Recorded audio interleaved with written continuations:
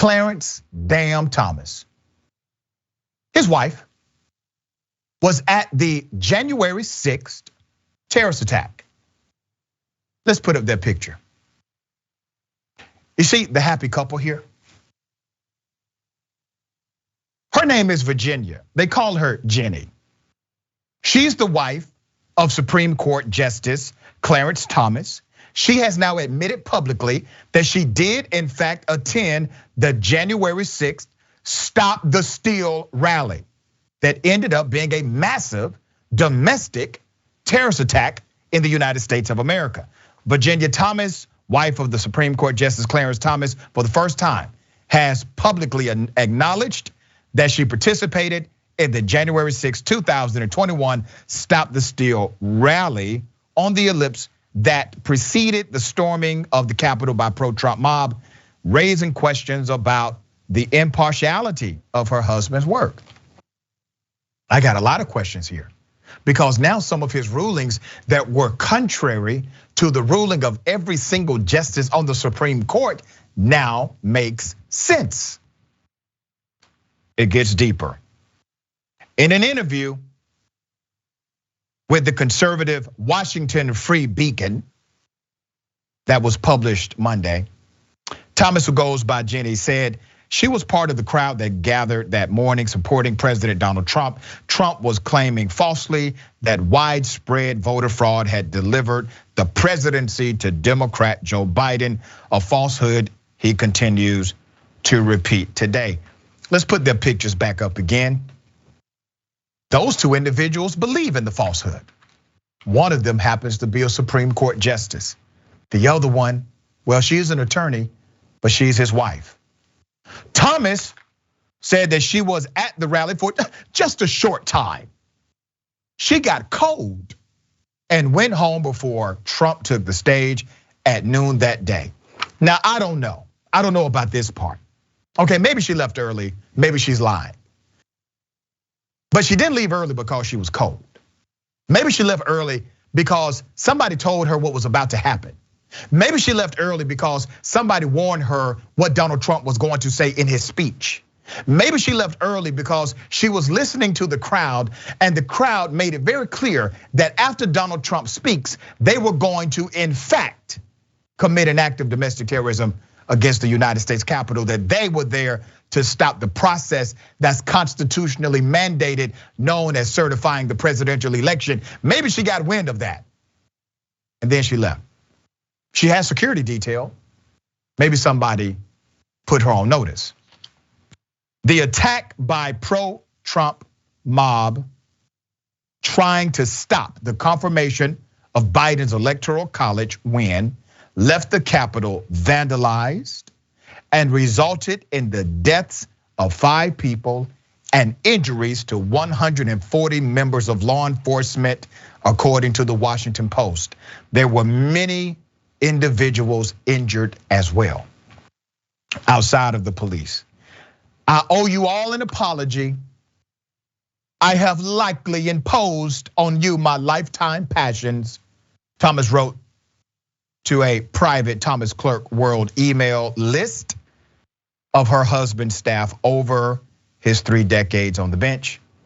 In December, Mrs. Thomas was among a group of conservative leaders who signed a letter criticizing the work of the bipartisan House committee as overtly partisan political prosecution. The next month, get this, the Supreme Court decided on Trump's request to deny the committee White House records that Biden had ordered to be released. Instead of recusing himself from the case, Clarence Thomas was the only justice, the lone justice, to say that he would grant Trump's request. Now I want you to think about this. Biden is president of the United States. There's a lawful investigation. That lawful investigation allows for Congress to have the power of oversight, the power of subpoena. These things are normative with Congress, with the Department of Justice. There's nothing abnormal about these things. That's why all of the Supreme Court justices said, no, former President Trump, you cannot block normative procedure just because you are the former president of the United States. But these two did. Let's put their pictures back up. They thought it was wrong. And I say both of them because there is no coincidence that she believed Trump's request should be adhered to. And he's the only Supreme Court justice that believed the same damn thing. It's called pillow talk. Let's make it plain. That's your other Supreme Court justice. Her name is Virginia. Well, look at that. In an interview, Ginni Thomas insisted that her work is separate from that of her husband. I insist. And since I have been such an upstanding individual so far by not telling you the truth that I was at the January 6th rally, I'm sure that when I put I insist in front of it, everyone shall believe me. Here's the thing, Miss Virginia. If what you did was so noble and honorable, why hide it for over a year? If what you did was actually stand up for democracy, why not proudly proclaim that immediately?